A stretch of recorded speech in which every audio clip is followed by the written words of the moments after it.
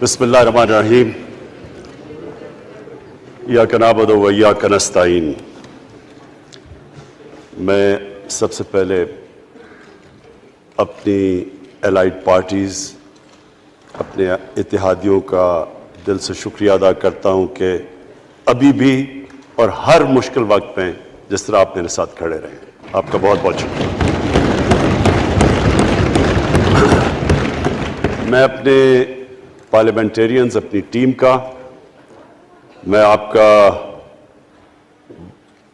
شکریہ ادا اس طرح کرتا ہوں کہ میں نے جو آپ کی کل شام کو جو آپ کے حالات دیکھے تو مجھے یہ احساس ہوا کہ آپ سب کو بڑے دل سے تکلیف تھی کہ جو ہمارا وہ سینٹ کا یہ ادھر حفیظ شیخ کے الیکشن میں جب ہارے ہیں، تو میں جو آپ سب کو دیکھا تو مجھے بڑا اچھا لگا۔ مجھے ایک ٹیم آپ میں نظر آئی اور انشاءاللہ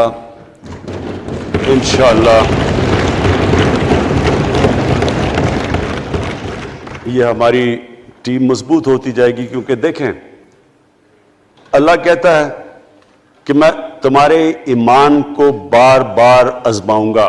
اللہ قرآن شریف میں ہمیں کہتا ہے۔ وہ کیوں کہتا ہے؟ وہ آپ کے ایمان کو آزماتا ہے مضبوط کرنے کے لیے۔ جب آپ ایک مشکل وقت سے نکلتے ہیں آپ اور مضبوط ہو جاتے ہیں۔ اللہ نے ایک انسان کو ایک ایسا چیز، ایک ایسا اس کا جو سب سے بڑی جو اس کی مخلوق ہے، اشرف المخلوقات، اس کو جو اللہ نے بنایا ہے، اس کے اندر اس نے ایک کنڈیشن لگا دی ہے کہ اگر آپ نے بڑا انسان بننا ہے تو مشکل وقت کا سامنا کرو، ریزسٹنس کے ساتھ جاؤ۔ جسم ہمارا یہ ہے، جسم کو ہم بھاری ویٹ اٹھاتے ہیں، جسم تکڑا ہو جاتا ہے۔ ذہن کو جتنا ہم آزمائیں گے اور آزمائشوں میں ڈالیں گے، سب سے بڑا جو پاور ہاؤس ہے وہ ہمارا ذہن ہے، وہ اور تکڑا ہو جاتا ہے، انسان تکڑا ہو جاتا ہے۔ پارٹی بھی تب تکڑی ہوتی ہے جب وہ مشکل وقت سے نکلتی ہے۔ آپ نے کسی کو تباہ کرنا ہے تو اس کو آرام کی زندگی دے دو، وہ تباہ ہو جاتا ہے، ڈکے کر جاتا ہے انسان۔ تو میں اپنی پارٹی کو آج خراج تحسین پیش کرتا ہوں کہ آپ اس مشکل وقت سے نکلے۔ بڑے مجھے انڈیویجول ایم این ایز کا پتہ ہے کہ انہوں نے کتنی کوشش کی یہاں پہنچنے کے لیے، آج اس ووٹ کے لیے۔ تو میں اور مجھے کئیوں کی طبیعت بھی ٹھیک نہیں تھی، تو میں آپ سب کا آج شکریہ ادا کرتا ہوں۔ آج میں اپنی پارلیمنٹری پارٹی کے ساتھ بھی، اور جو میری عوام آج یہ دیکھ رہی ہے، میں اس کے سامنے جو بات رکھنا چاہتا ہوں وہ یہ کہ دیکھیں، ہمیں یہ کبھی بھولنا نہیں چاہیے کہ یہ پاکستان کیوں بنا تھا۔ وہ ایک انگریزی کا ایک فریز ہے کہ نیشنز وداؤٹ اے ویژن ڈائی۔ قوم کا جب اپنا مقصد اپنے نظریے سے پیچھے ہٹتی ہے مر جاتی ہے قوم۔ قوم میں کسی مقصد کے لیے بنتی ہے۔ ہم اپنے وہ جب تک وہ پتہ نہیں ہم اپنے بچوں کو نہیں بتائیں گے، خود ہم جو آج لیڈرشپ ہے، میرا غلطی سے ہاتھ ادھر چلا گیا، ادھر کی لیڈرشپ میں کہہ رہا ہوں، جو ہماری لیڈرشپ ہے اس کو پتہ ہونا چاہیے کہ یہ بہت بڑا عظیم خواب تھا پاکستان کا۔ علامہ اقبال کو نہیں پتا تھا کہ اگر پاکستان بنے گا تو آج جس طرح ہمارے 20 کروڑ مسلمان ہندوستان میں رہ جائیں گے، تو وہ تو سارے پاکستان میں نہیں آ سکتے تھے۔ تو علامہ اقبال کا کیا وجہ تھی پاکستان خواب دیکھنے کی؟ ان کی وجہ یہ تھی کہ ہم نے ایک دنیا کو مثال دینی تھی، کہ اصل میں ایک ماڈل بنانا تھا کہ اصل میں ایک اسلامی ریاست کیا ہوتی ہے۔ اور وہ بیس کس کے اوپر کر رہے تھے پاکستان کی اسلامی فلاحی ریاست جو ہماری آبجیکٹو ریزولوشن میں ہے؟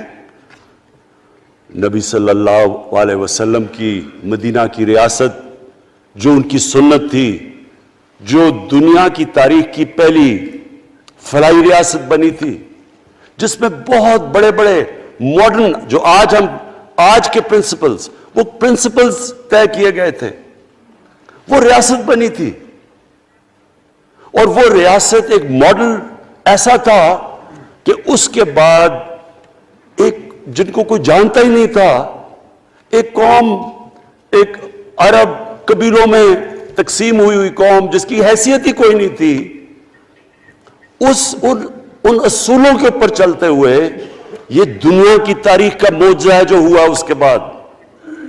یہ میں نے شفقت محمود کو کہا بھی ہے کہ ہمارے بچوں کو ہر سکول، چاہے وہ انگلش میڈیم، چاہے اردو میڈیم، چاہے دینی مدرسے، سب کو 8، 7، 8 اور 9 کلاسز میں باقاعدہ سبجیکٹ پڑھائیں کہ نبی صلی اللہ علیہ وسلم کی جو زندگی تھی اور جو مدینہ میں کیا وہ کیا تھی.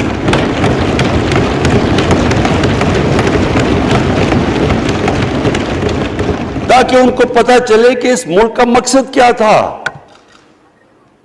بڑے لوگ جو پاکستان نہیں چاہتے تھے وہ کیا کہتے تھے؟ وہ کہتے تھے کہ پاکستان تو بن گیا تو آپ نے تباہ، جو مسلمان ہندوستان میں رہ گئے ان کو آپ نے سیکنڈ کلاس سٹیزن بنا کے چھوڑ دیا. آج بیچارے مسلمانوں سے کیا ہو رہا ہے وہاں؟ تو وہ لوگ کہتے ہیں کہ اگر پاکستان نہ بنتا تو مسلمانوں کی زیادہ طاقت ہونی تھی. ایک ہندوستان میں اس طرح مسلمانوں کا برا حال نہیں ہونا تھا جو آج ہے. یہ ایک آرگیومنٹ دی جاتی ہے. اور اگر ہم پاکستان کو جس مقصد کے لیے بنا تھا اگر ہم ادھر نہیں لے کے جائیں گے تو وہ ٹھیک کہہ رہے ہیں. یہ تو نہیں تھا کہ وہاں ٹاٹا برلا تھے جو اربوں پتی اور یہاں یہ شریف اور زرداری اربوں پتی بن جائیں. اس لیے تو نہیں پاکستان بنا تھا. یہ بڑی ہمیں ری الائن کرنا چاہیے اپنے نظریے کی طرف. ہمیں اپنا رخ چینج کرنا چاہیے واپس کہ یہ بڑا عظیم خواب تھا پاکستان کا. اور وہ جو تاریخ تھی، وہ جو اصول انہوں نے سیٹ اپ کیے، جن لوگوں کی حیثیت ہی نہیں تھی، یہ تاریخ کا حصہ ہے کہ اس کے بعد انہوں نے دیکھتے دیکھتے 15، 20، 30 سالوں کے اندر دنیا کی امامت کی. صرف امامت ہی نہیں کہ وہ تو منگولیوں نے بھی دنیا بڑی جلدی سے فتح کر لی تھی. چنگیز خان نے بھی بڑی جلدی اس کی فوجوں نے فتح کر لی تھی. 100 سال کے بعد وہ ختم ہو گئے تھے. انہوں نے ایک دنیا کی عظیم سیویلائزیشن، جو ٹاپ سائنٹسٹ تھے، سارے دنیا کے ٹاپ سائنسدان، ایک عظیم کلچر. اور سب سے بڑی بات جو آج میں یہ کہنا چاہتا ہوں، انہوں نے اخلاقیات، ایک مورل سٹینڈرڈ سیٹ کی دنیا میں. جب مسلمان گئے انڈونیشیا اور ملیشیا، وہاں تو کوئی مسلمان کی فوج نہیں گئی، وہاں تو کوئی تلواروں سے نہیں فتح کیا. مسلمان تاجروں کا وہاں کردار دیکھ کے لوگ حیران ہو گئے کہ یہ کون لوگ آئے ہیں جو بالکل ان کی مورالٹی ایسی، نہ وہ کوئی دغا بازی کرتے تھے، نہ وہ کوئی دھوکہ دیتے تھے، اپنی زبان پہ کھڑے ہو جاتے تھے. لوگ ان سے امپریس ہو گئے کہ کون سی قوم ہے. دیکھیں اسلام ہم غلط فہمی میں ہیں، یہ سمجھتا ہے کہ جی تلوار سے اسلام پھیلا تھا. اسلام پھیلا تھا کہ وہ ایک انسان کے کیریکٹر کو ریفارم کرنے آیا تھا. ہم جب اللہ سے مانگتے ہیں، ہم نماز میں ایک ہی چیز مانگتے ہیں کہ اللہ ان کے راستے پہ لگا جن کے تو نے نعمتیں بخشی، ان کے نہیں جو غلط تباہی کے راستے پہ چلے گئے. صرف نماز میں ہم یہ چیز مانگتے ہیں، ہر روز ہم پڑھ کے یہ مانگتے ہیں. یہ 2 راستے ہیں، ایک ہے تباہی کا راستہ، ایک ہے عظمت کا راستہ. نعمتیں کس کو بخشی؟ اللہ کے پیغمبروں کو. اور جو دنیا کا سب سے عظیم انسان، جو دنیا کا سب سے عظیم لیڈر، جس کو اللہ نے سب سے زیادہ نعمتیں بخشی، ہمارے نبی صلی اللہ علیہ وسلم. نہ کبھی اس طرح کا انسان آیا ہے، نہ کبھی آ سکتا ہے. تو ہمیں راستہ بتایا کہ ایک ان کا راستہ ہے اور ایک دوسرا راستہ ہے، تباہی کا راستہ ہے. اور وہ جو ان کے راستے پہ چلتا گیا وہ ایک عظیم انسان بنتا گیا. ایک کتاب ہے، میں اپنے لوگوں کو ریکمینڈ بھی کرتا ہوں، کہ دی عرب کانکویسٹ، وہ پڑھنے والی کتاب ہے. اس پہ بتاتے ہیں کہ جب مسلمان ایک دم دیکھتے دیکھتے دنیا میں پھیل گئے تو کوئی ایک آدمی نہیں تھا. ایک تو بڑے عظیم سپہ سالار تھا خالد بن ولید، لیکن وہ جو بھی بنتا تھا وہ جنرل عظیم بن جاتا تھا. وہ اس کتاب کے اندر لکھی انگریز نے ہے. وہ کہتا ہے اس کی کوئی ایکسپلینیشن نہیں ہے کہ یہ کیسے ساری دنیا پہ چھا گئے. نہ ان کے پاس کوئی لیٹسٹ ویپنز تھے، ایک طرف رومنز تھے، دوسری طرف پرشینز تھے، وہ تو سپر پاورز تھے، ہتھیار تو ان کے پاس تھے. نہ ان کے پاس ہتھیار، نمبرز میں بھی وہ زیادہ تھے، ان کی فوجیں بھی زیادہ تھیں، لیکن وہ ساری دنیا پہ پھیل گئے اور ایک ایسا سویلائزیشن بنا کہ زیادہ تر تو مسلمان نہیں تھے، وہ بھی ان کو مانتے تھے، کیونکہ ان کی اخلاقیات، ان کا عدل اور انصاف کا نظام، ان کا کیریکٹر، اس کی وجہ سے لوگ آئے ہیں. یہاں جو ہندوستان میں اسلام پھیلا ہے، یہ ہمارے جو بڑے بڑے بزرگ تھے، داتا صاحب، بلے شاہ، نظام الدین اولیاء اور بابا فرید، یہ لوگ تھے. ان کو لوگ دیکھ کے، ان کے کردار سے، ان کے انٹلیکٹ، انسانیت سے لوگ مسلمان ہوئے. تو ہم آج، میں جو یہ سینٹ الیکشن ہوا ہے، میں اپنی قوم کو یہاں، یعنی مجھے شرمندگی ہوتی ہے اسپیکر صاحب کہ ہم وہ کدھر وہ خواب اور کدھر بکرا منڈی بنی ہوئی ہے ایک لوگوں کو خریدنے کے لیے سب کے سامنے. یعنی ہمیں ایک مہینے سے پتا تھا کہ پیسہ جمع کیا جا رہا ہے اس سینٹ الیکشن میں، اور مجھے حیرت ہوئی کہ الیکشن کمیشن کہتا ہے کہ جی یہ تو پتہ نہیں کوئی ہم آزاد انسٹیٹیوشن ہے یا میں ان کی کوئی آزادی کے اوپر لے رہا تھا، یا جی بڑا زبردست الیکشن. اچھا کہتے جی بڑا اچھا الیکشن کروایا. یہ مجھے اور اس سے تو مجھے اور صدمہ ہوا ہے کہ اگر یہ الیکشن اچھا آپ نے کروایا ہے تو پتہ نہیں برا الیکشن کیا ہوتا ہے.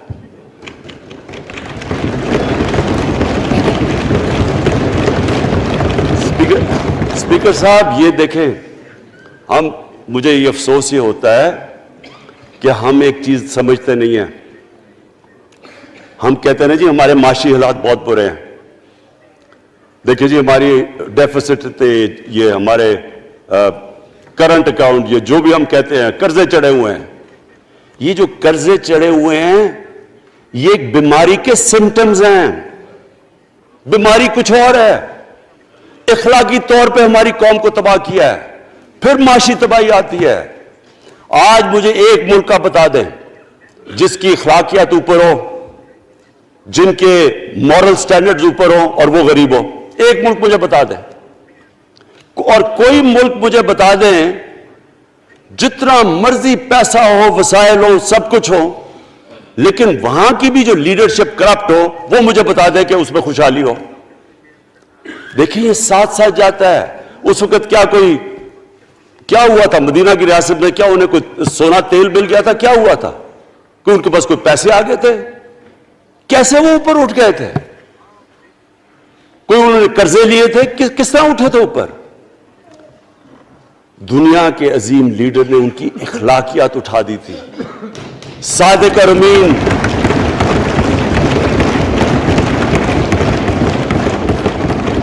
ایک قوم، انہوں نے ہمیں بتایا. ہمیں قرآن میں اللہ حکم کرتا ہے کہ ان کی سنت پہ چلو.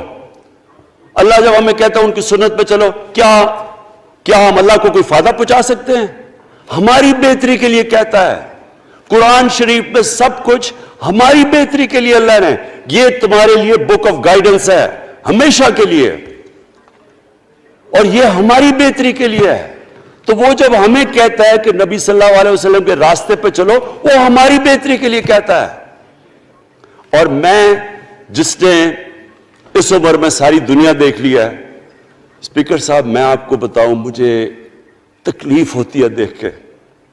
جب میں یہ مغربی ملکوں میں جاتا ہوں، اسکینڈینیویا میں، سوئٹزرلینڈ میں، آپ وہاں کے اخلاقی سٹینڈرڈز دیکھیں، ان کی مورل سٹینڈنگز دیکھیں، شرم آئے گی آپ کو کہ جو ہمارے ملک میں ہو رہا ہے. اور یہ جو سینٹ کا الیکشن ہوا ہے، آپ کو افسوس ہوگا کہ ہم وہ کس کی امت ہیں ہم؟ کس کی امت ہیں؟ کس کے نام پہ پاکستان کا مطلب کیا؟ لا الہ الا اللہ، اس پہ یہ ہمارا ملک بنا تھا۔ اور آج دیکھیں، ایک کرپٹ آدمی، دنیا میں ثابت کیا ہوا کرپٹ آدمی آصف زرداری، دنیا میں اس کے اوپر لکھا ہوا کہ مسٹر 10%، مضمون لکھے ہوئے ہیں، فلمیں بنی ہوئی ہیں اس کے اوپر۔ اور اس ملک میں لوگ کہیں جی ایک زرداری سب پہ بھاری، کیا کہ وہ رشوت دیتا تھا اس لیے سب پہ بھاری ہو گیا؟ کیا یہ ہمارا ملک؟ دوسری طرف دیکھیں، دوسری طرف یہاں بیٹھے ہوئے ہمارا لیڈر نواز شریف، اور نواز شریف ایک ڈاکو، ملک کو 30 سال سے لوٹ کے ملک سے باہر بھاگا ہوا ہے، جھوٹ بول کے باہر بھاگا ہوا ہے۔ سارے ملک کے سامنے ہمیں کیبنٹ میں ہم نے 6 گھنٹے میں بتایا جی اس کو یہ بھی بیماری ہے، اس کو یہ بھی بیماری ہے، اس کو یہ بھی بیماری ہے، وہ شاید وہ جہاز پہ بھی نہ چڑھ سکے، وہ شاید مر جائے گا۔ شیرین کے آنسو آ گئے کیبنٹ میں، اور شیرین کے آنسو آنے آسان کام نہیں ہے اسپیکر صاحب۔ تو ہم نے اس کو وہاں جیسے وہ جہاز پہ چڑھا، جیسے وہاں گیا، وہ ایک دم ہی تبدیل، اور آج وہاں جا کے تقریریں کر رہا ہے، وہاں بیٹھ کے اسکیمیں کر رہا ہے، وہاں بیٹھ کے پلاننگ کر کے جی اسے اتنا پیسہ دو، ادھر ادھر پیسہ کھلاؤ۔ ساری ان کی ایک کوشش ہے، جب سے ہم 2.5 سال سے حکومت آئی ہے، یہ سارے بڑے بڑے ڈاکو اکٹھے ہو کے یہ سمجھ رہے ہیں کہ عمران خان کو کرسی کا اتنا شوق ہے کہ اس کے اوپر اتنا پریشر ڈالو کہ یہ جی ہمیں جس طرح جنرل مشرف نے NRO دیا تھا یہ بھی دے دے گا۔ جنرل مشرف، فوج اس کے نیچے، عدلیہ اس کے کنٹرول میں ساری۔ میں کیونکہ میں ادھر ممبر پارلیمنٹ تھا تب، اپوزیشن نہ ہونے کے برابر، جو اپوزیشن کے اندر جو مین آدمی تھا فضل الرحمان، وہ اس کے ساتھ ملا ہوا تھا، وہ 2 نمبر ہمیشہ سے تھا، رائٹ۔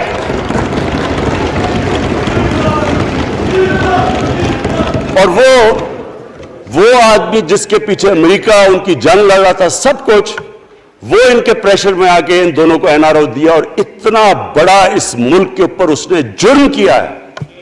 ان دونوں نے آ کے NRO لے کے دونوں ہاتھوں سے ملک لوٹا۔ اس کے بعد دونوں نے اس ملک کے اوپر 4 گنا زیادہ قرضہ چڑھایا۔ اسپیکر صاحب، 6,000 ارب سے ہمارا قرضہ جو ٹوٹل لائبلٹیز 30,000 ارب پہ پہنچا دی۔ آج ہمارے اوپر کیا مسئلہ ہے؟ ہمیں یہ قرضوں کی قسطیں دیتے ہوئے بیچارے لوگوں کے اوپر بوجھ ڈالنا پڑتا ہے۔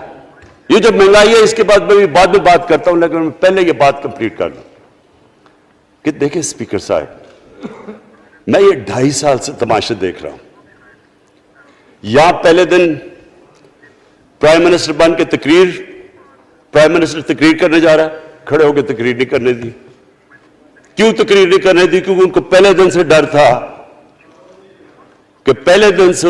تھا کہ یہ ہمارے جو کرپشن کے کیسز یہ معاف نہیں کرے گا۔ کرپشن کے کیسز ہم نے نہیں بنائے تھے اسپیکر صاحب، یہ سارے ان کے دور کے کیسز بنے ہوئے ہیں ان کے اوپر۔ آپس میں تو ان کا مکمکا تھا، اپنا نیب کا چیئرمین آپس میں مل کے کیسز ان کے بند کر رہا ہے۔ عدلیہ اس وقت کی عدلیہ وہ ان کے ہاتھ میں تھی، ان کو تو مسئلہ ہی کوئی نہیں تھا۔ وہ $60 ملین آصف زرداری کا سوئٹزرلینڈ میں پڑا ہوا ہے، وہ جج کہہ رہا ہے کہ واپس لے کے آؤ۔ وہ یوسف رضا گیلانی جو یہاں سے سینیٹر بنا ہے، وہ پاکستان کا $60 ملین پڑا ہوا ہے سوئٹزرلینڈ میں، وہ جج کہہ رہا ہے کہ واپس لے کے آؤ۔ وہ کہتے نہیں جی میں نہیں خط لکھتا۔ بھئی آپ کے باپ کا پیسہ تھا، پاکستانی قوم کا پیسہ تھا، اس کے اوپر وہ ڈسکوالیفائی ہو جاتا ہے۔ وہ ایسے پھر ہے جس طرح نیلسن منڈیلا کہیں ڈسکوالیفائی ہو گیا۔ اسپیکر صاحب، میں یہ چیزیں آپ کو اس لیے بتا رہا ہوں، میں تو ان کو 30 سال سے جانتا ہوں۔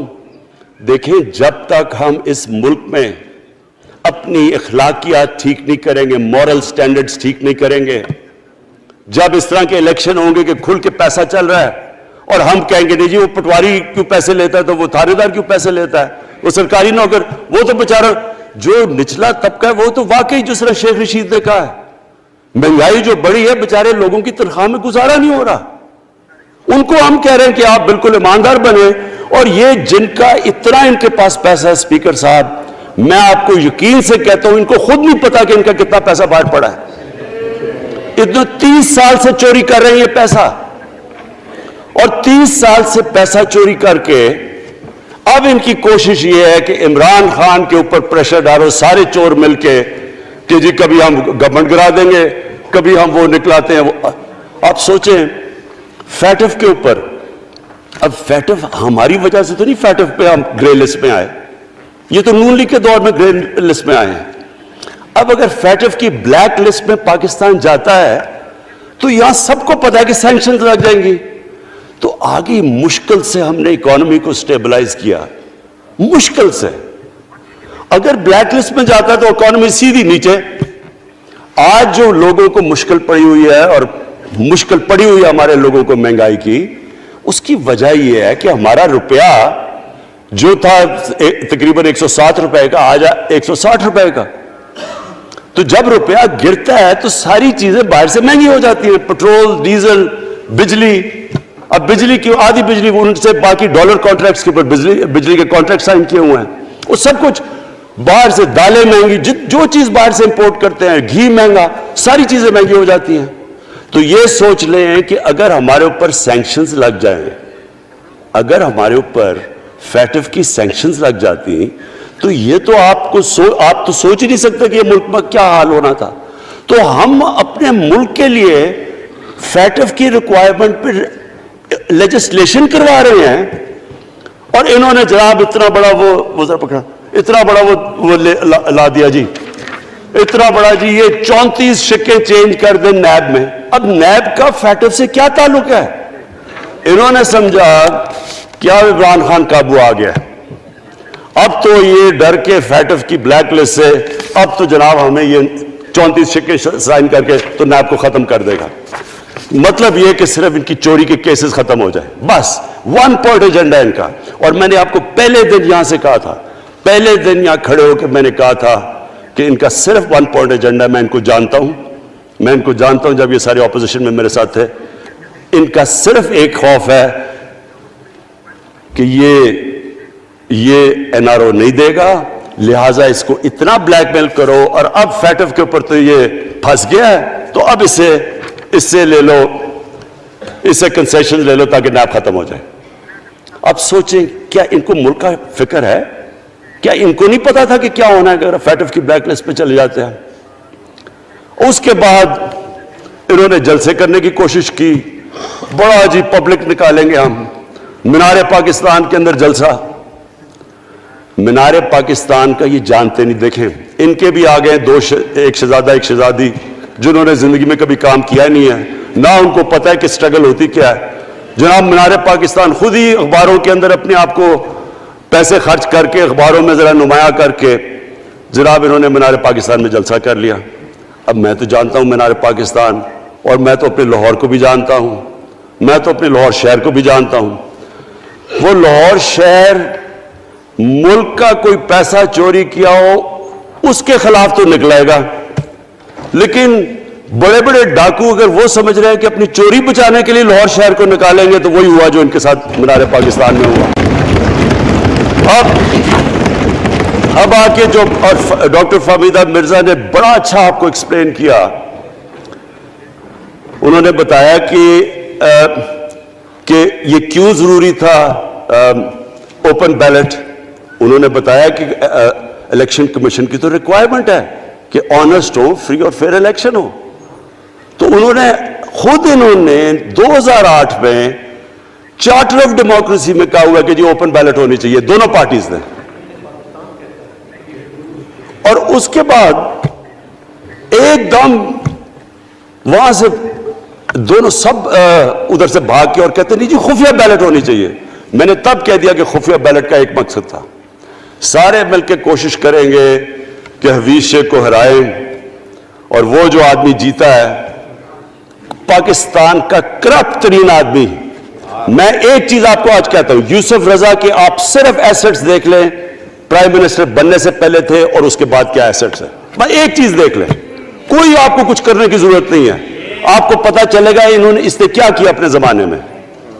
تو اس کو لا کے یہاں بٹھا کے تو جناب انہوں نے سارا پیسہ لگا کے, اور ہمیں سب پتا تھا کیا ہو رہا ہے, اور اس کو جا کے جناب انہوں نے ہروا دیا حفیظ شیخ کو. اب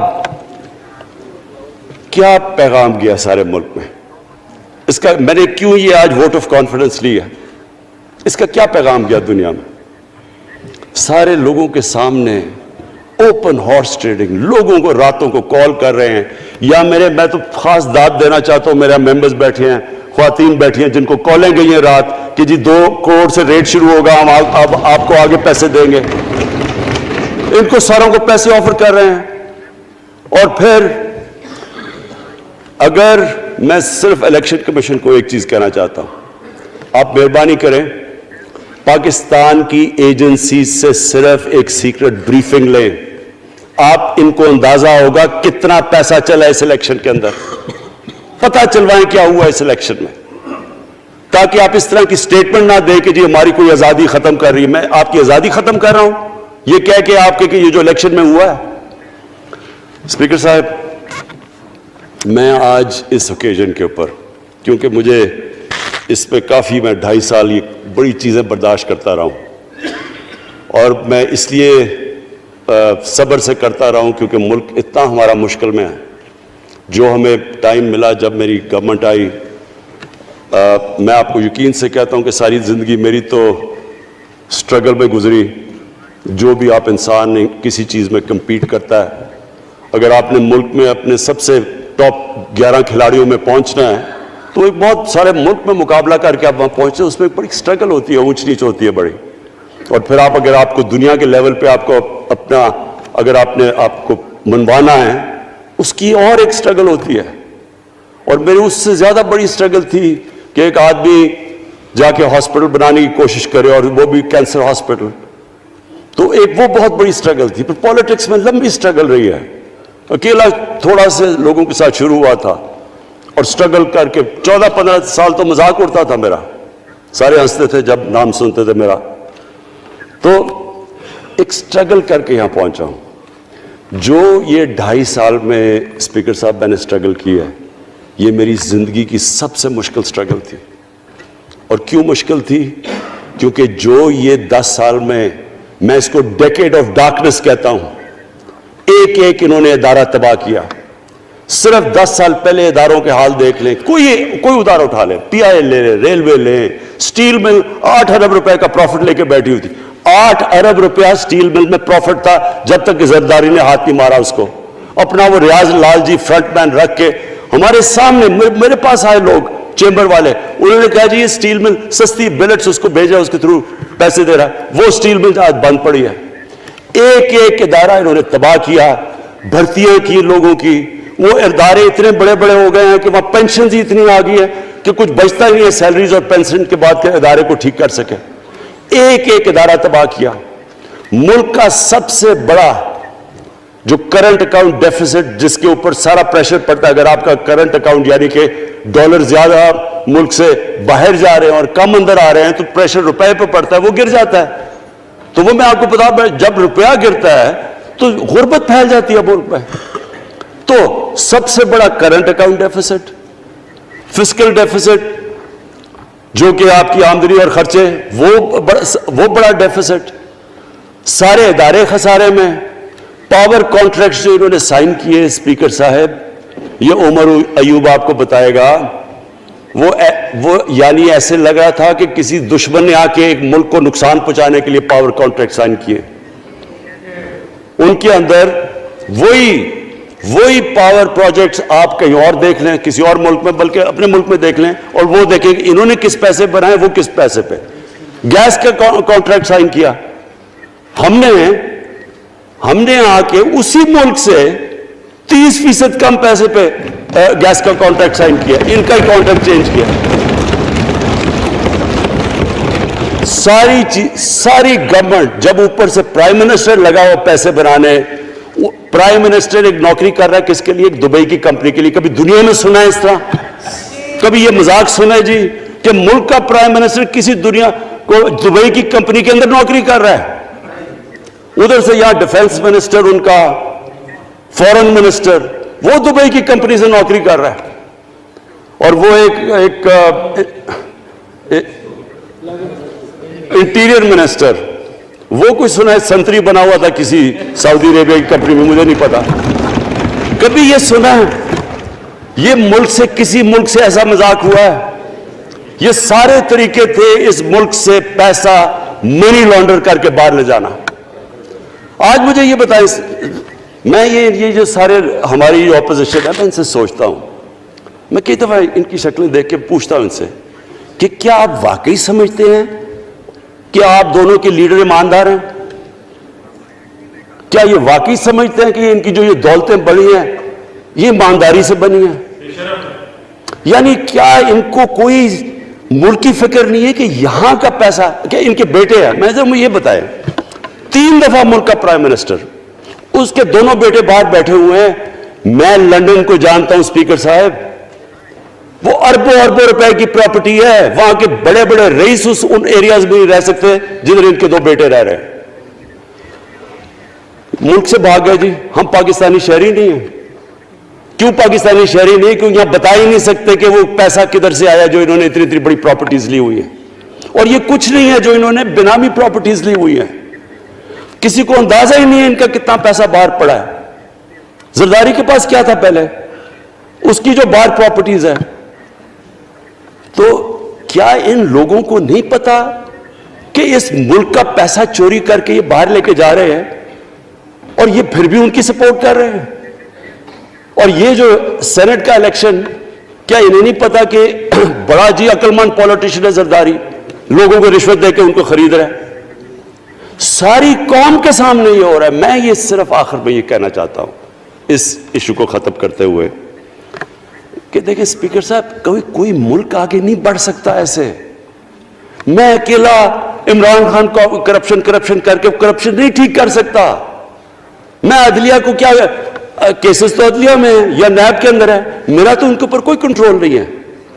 میں آج پاکستان کی عدلیہ کو اور نیب کو، جو آپ کو میری گورنمنٹ سے مدد چاہیے ہے کنوکشنز کرنے کے لیے، ساری چیزیں ایک طرف، یہ اس ملک کا سب سے بڑا مسئلہ ہے. جب تک آپ لوگوں کو سزا ہی نہیں دیں گے،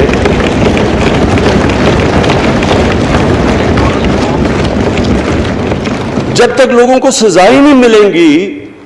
دیکھیں جی، کسی معاشرے میں جب سزا اور جزا ہی نہیں ہے، صرف غریب آدمی جیل میں جائے، طاقتور جلسے کرنے شروع ہو جائے کہ جی مجھے این آر او دو، وہ نیب کے عدالت سے نکلتے ہیں، پھول پھینک رہے ہیں ان کے اوپر. اربوں روپے کی چوری کی ہوئی ہے انہوں نے. وہ تو اسپیکر صاحب، میں ایک معاشرہ کرپشن کے خلاف لڑتا ہے. آپ جتنے مرضی قانون بنا دیں، وہ کرپشن کے خلاف، وہ کرپشن نہیں ختم کر سکتے.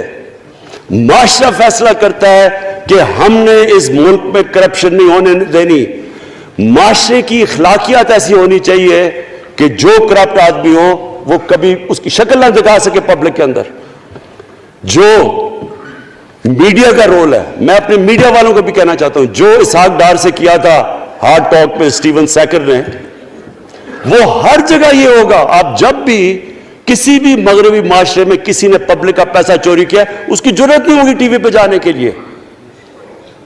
میں نے تو وہاں دیکھا ہوا ہے، بڑے بڑے نام، ایک دھبا لگتا ہے آپ کے اوپر کرپشن کا کیس، آپ سارے میڈیا سے باہر ہو جاتے ہیں.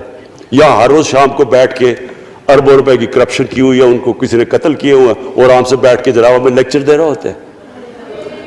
اسپیکر صاحب، معاشرہ لڑتا ہے. اس کے اندر ہمیں سب کو مل کے اپنے ملک کو اگر بچانا ہے، معاشی طور پہ بھی بچانا ہے، پہلے ہمیں اپنے اخلاقی سٹینڈرڈز ٹھیک کرنے پڑیں گے.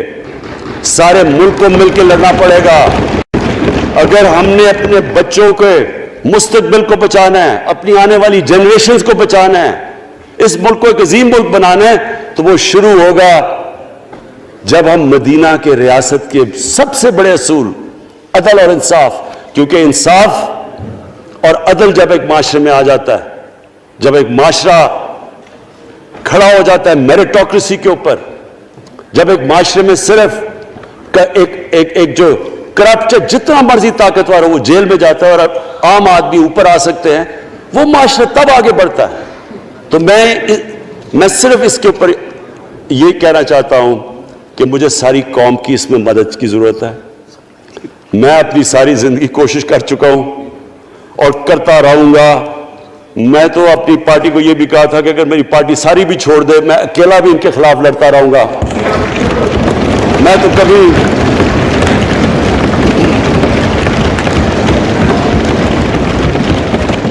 اسپیکر صاحب آخری گیند تک لڑنے والا کیپٹن تھا. آخری گیند تک لڑوں گا, وہ تو کبھی میں ہار مانوں گا نہیں. لیکن یہ وقت آ گیا ہے کہ ملک کو اپنے آپ کو بچانا ہے. آنے والی جنریشنز کو ہم نے بچانا ہے. ہم تب تک نہیں کر سکتے انفارچونیٹلی جب تک ہم سب مل کے فیصلہ کریں کہ یہ جو اوپر بیٹھے ہوئے ہیں جنہوں نے 30 سال سے ملک کو چوری کر رہے ہیں, ان کو ہم بجائے وہ صحافی جا کے کہہ رہے ہیں جی ہائی کورٹ کے اندر کی جی اس کو تقریر کرنی دینی ہے. وہ نیلسن منڈیلا جو باہر بیٹھا وہ تقریر کرنا چاہیے جی. پتہ نہیں عوام کو سننا چاہیے کہ وہ یہاں سے بھاگا کیسے, اس کے پیسے کیسے. یعنی کہ میں حیران ہو گیا تب. اور اب اسپیکر صاحب میں صرف مختصر بات کر دوں آگے کی. دیکھیں پاکستان ایک مشکل وقت سے نکل کے اب ہم ایک سٹیبل اور آگے بڑھنے کے سٹیج پہ آ گئے. ہماری اللہ کا شکر ہے. جو سب سے مشکل چیز ہوتی ہے کرنٹ اکاؤنٹ, بڑی دیر 17 سال کے بعد 5 مہینے پاکستان کا جو کرنٹ اکاؤنٹ ہے وہ سرپلس پہ چلا گیا. یعنی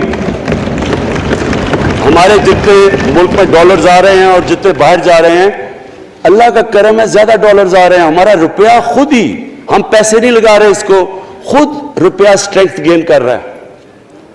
یہ بڑا امپورٹنٹ ٹائم ہے کہ اس وقت, اور یہ اس کے باوجود کہ اس ملک میں کرونا ہوا, ساری دنیا کی اکانومیز کرونا میں بری طرح متاثر ہوئی, اس کے باوجود اوپر والے کے کرم خاص طور پہ. اور میں کہوں گا کہ ہماری جو ٹیم تھی, ہمارا جو جس طرح ہم نے مانیٹر کیا اور جس طرح ہم نے ڈیٹا بیس گیدر کیا اور ہم نے ہر ایک چیز فالو کر کے ہم نے جیسے اپنے لوگوں کو بچایا ہے. میں خاص طور پہ اپنی ٹیم یاسد عمر کا اور ہماری جو ٹیم تھی اپنی ڈاکٹر فیصل میں ان کو خاص طور پہ خراج تحسین پیش کرتا ہوں. تو اس مشکل وقت سے بھی آپ دنیا میں دیکھیں اور جس طرح پاکستان نکلا. اب دیکھیں آگے ہمارا چیلنج کیا ہے.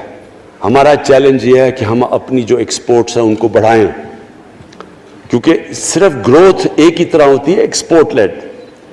اللہ کا شکر ہے کہ بیرون ملک پاکستانیوں نے ریکارڈ پیسہ پاکستان بھیجا ہے جو کہ ہمارے ملک میں آیا ہے ریمیٹنسز کے. اب ہم نے انویسٹمنٹ کے اوپر لگے ہوئے ہیں. اس وقت سب سے زیادہ کمپنیز رجسٹر ہوئی ہیں SECP میں. اس کا مطلب کہ نئی انویسٹمنٹ پاکستان میں آنے والی ہے, لوگ تیار ہو گئے انویسٹ کرنے کے لیے.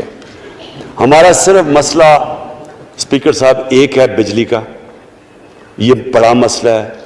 کانٹریکٹ مہنگے سائن کیے ہوئے, جس بجلی جو کانٹریکٹ سائن کیے ہوئے ہیں اس جس پہ وہ بجلی پروڈیوس ہو رہی ہے, بدقسمتی سے وہ اگر بجلی کی قیمت بڑھاتے ہیں تو لوگ آگے اور مشکلوں میں پڑے ہوئے ہیں. بجلی کی وجہ سے سب چیزیں مہنگی ہو جاتی ہیں.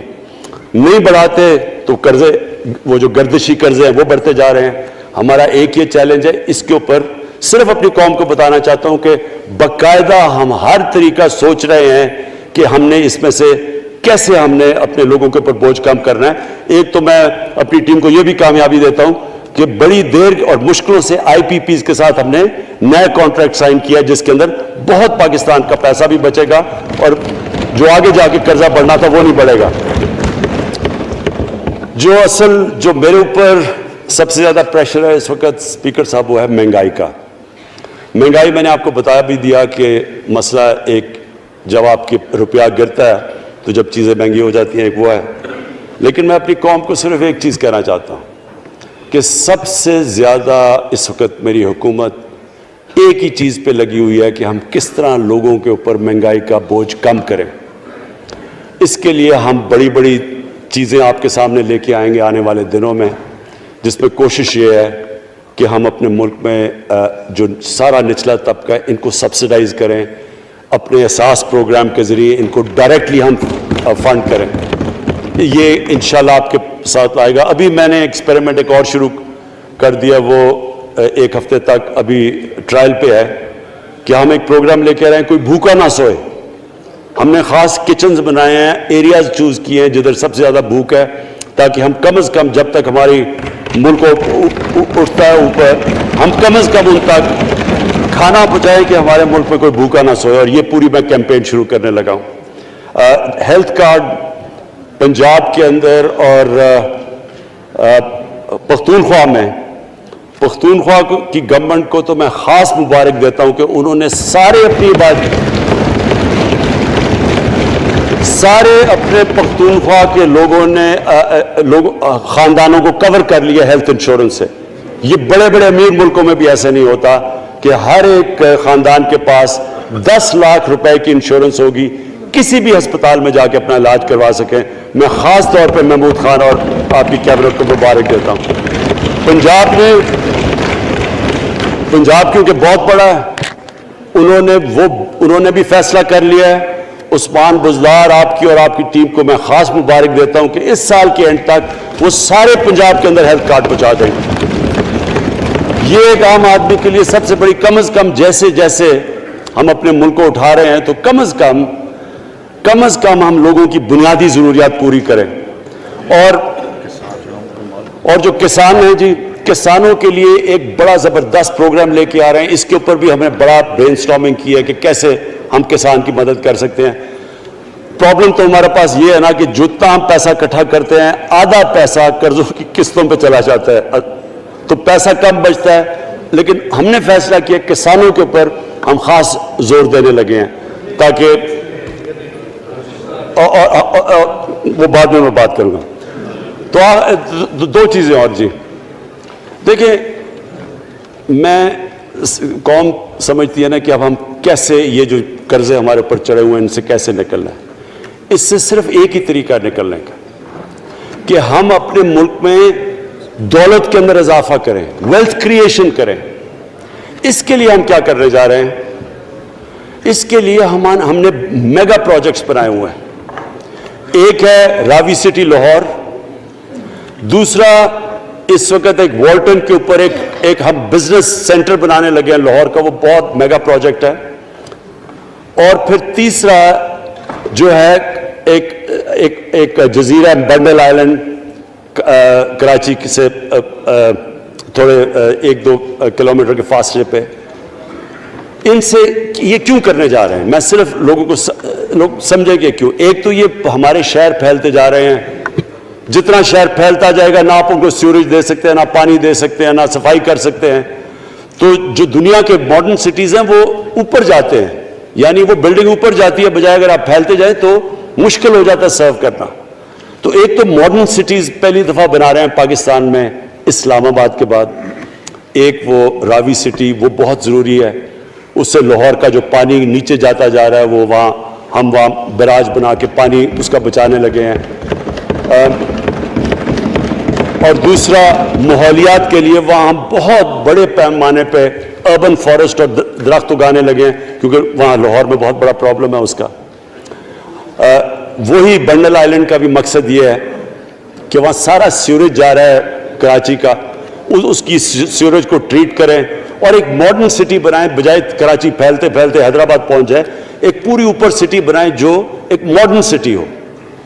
تو لیکن اس کا اصل مقصد یہ ہے کہ اس سے پیسہ جنریٹ ہوگا, اربوں خربوں روپیہ ہم جنریٹ کریں گے, اور اس پیسے سے ہم پھر یہ قرضے واپس کریں گے. اور دوسری چیز, باہر سے انویسٹمنٹ آئے گی. بیرون ملک پاکستانی جو سب سے بڑا ملک کا احساس ہے وہ باہر آ کے وہ ان کے اندر انویسٹ کرنے کے لیے تیار ہے, ان بڑے بڑے پروجیکٹس کے اندر. اور جیسے فورن ایکسچینج آئے گا ہمارے ریزروز بڑے ہوں گے, ہمارا روپیہ سٹیبل ہوگا, اور اس سے جو ویلتھ کریشن ہوگی اس سے ہم پھر اپنے قرضے واپس کریں گے. اس کے علاوہ 50 سال کے بعد 2 بڑی ڈیمز بن رہی ہیں پاکستان کی تاریخ میں. صرف 2 بڑی ڈیمز تھیں, اب یہ 2 اور بادشاہ ڈیم اور ممن ڈیم بنا رہے ہیں. لیکن مجھے جو آخر میں بات کہنی ہے اسپیکر صاحب وہ یہ کہ پاکستان کو آگے بڑھنے سے کوئی نہیں روک سکتا انشاءاللہ.